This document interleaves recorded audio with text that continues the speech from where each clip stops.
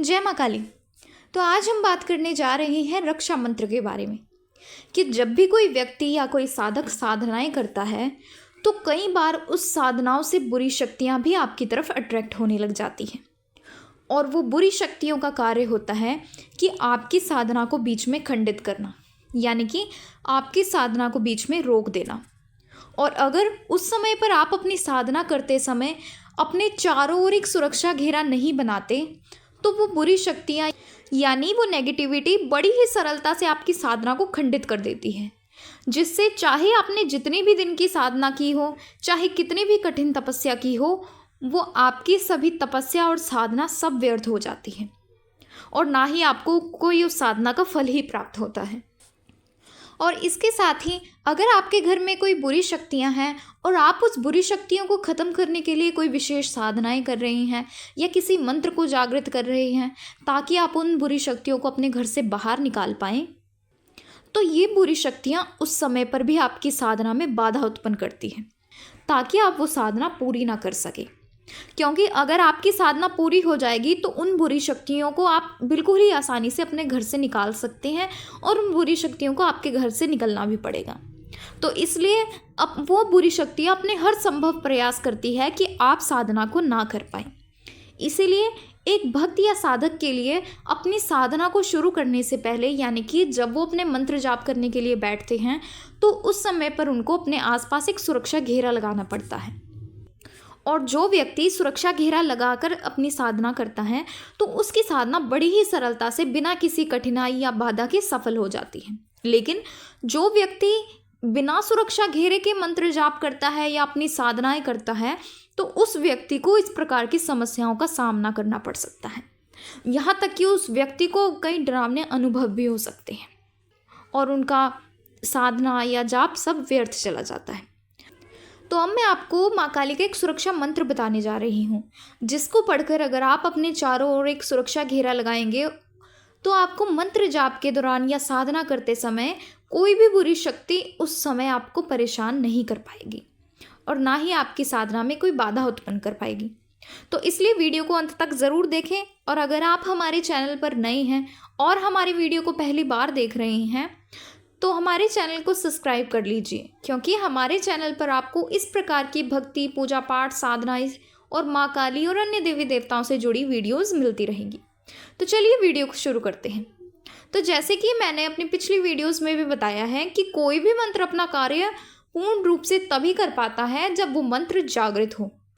और मंत्र जागृत कैसे होता है वो सब आपको पता है कि मंत्र को जागृत करना पड़ता है, उसके लिए साधनाएं करनी पड़ती हैं।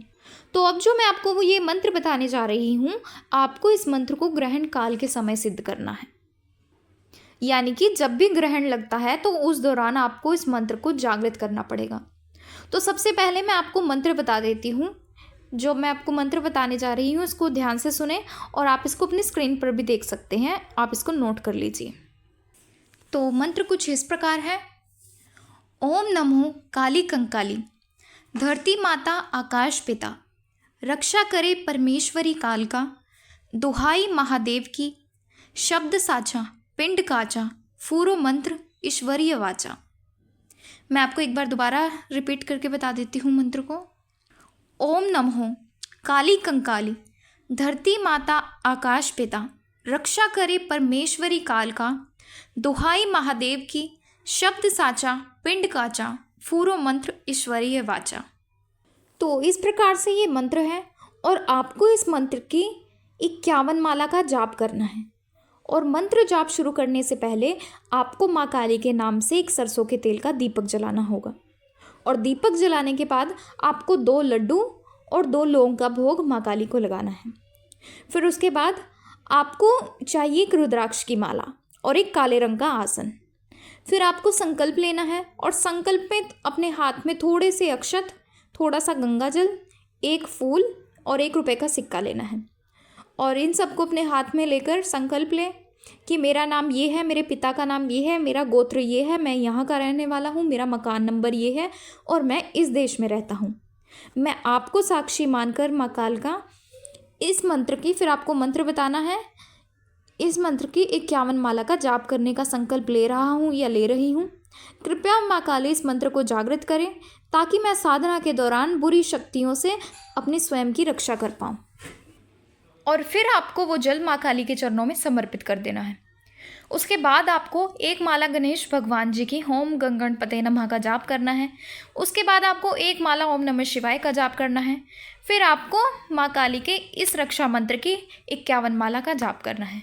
तो इस तरह से 51 माला का जाप करने के बाद आपका ये मंत्र जागृत हो जाएगा। और फिर जब भी आप साधना करें तो एक चाकू लेकर उसके ऊपर इस मंत्र को 3 बार पढ़कर 3 फूंक मारें और फिर अपने चारों ओर एक गोल चक्र बना लें।